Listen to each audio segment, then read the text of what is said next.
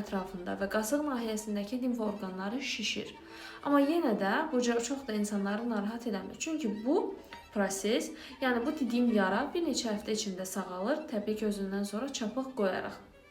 Və başlayır xəstəliyin ikinci dövrü.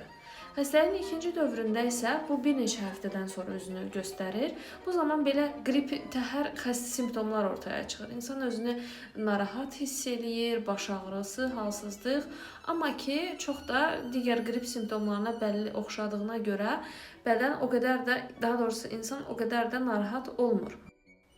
Amma bu dönəmdə bədənin bu virusa, daha doğrusu virus deyil, bu bakteriya infeksiyasıdır. Bu bakteriyaya verdiyi reaksiya nəticəsində bədənin müxtəlif yerlərində fərqli formada səpkilər əmələ gəlməyə başlayır. Və adətən bu səpkilər qaşınmır. Əvvəlcə bel kənarında, gövdədə yaranır, daha sonra isə əlin və ayaqların iç tərəfinə